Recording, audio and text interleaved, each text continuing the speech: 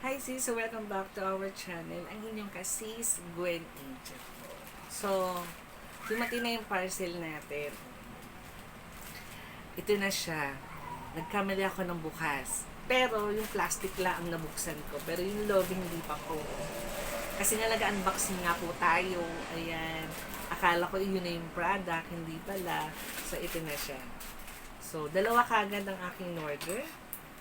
Hindi ko nang matandaan kung ano yung mga in-order ko, Makas. Dahil nga po, sabay-sabay dumating yung mga parcel ko. And then, yung mga parcel ko kasi, hindi po ako ang nag-receive. Si Yaya po ang nag-receive ng aking mga parcel. How about this? Is bayad na po ito. Ayan. Okay, nakita ko na kagad kung ano yung in-order ko. So, hindi ko alam ng order pala ako nito. Oo. So, itong items na to ay para sa akin 5 babies. Ang pagkakalam ko, meron pa ako. May ganito pa akong stock. Nagtataka ako, bakit may dumating? Ngayon ko lang din nalaman na meron pala akong in-order na, ayan, Microderm.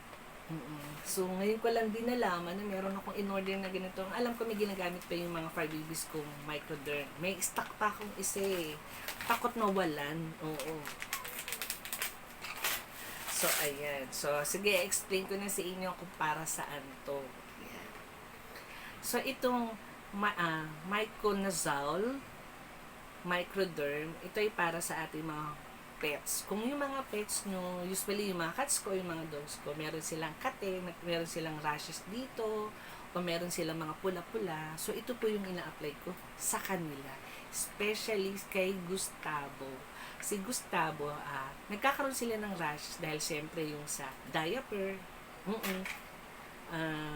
Nag-ilang oras na yung diaper niya, and then every night po ako naglalagay ng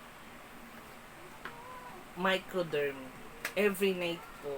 Para bago ko ikabit o bago ko ilagay yung kanyang bagong diaper, at least yung items ay tuyo na. Yung items tuyo na. Yung kanyang balat ay tuyo na.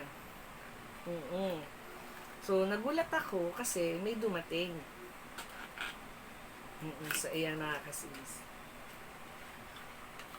Ayan.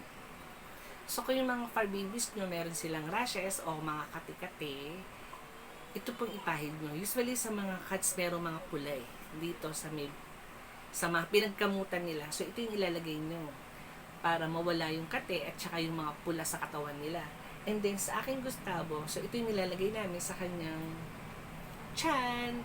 Oo. Nawawala rin naman din.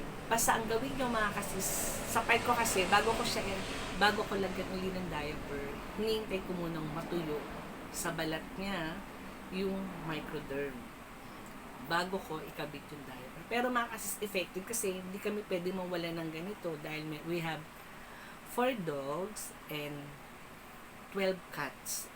So lahat sila, pag meron silang mga rashes, ito yung na-apply ko sa kanila.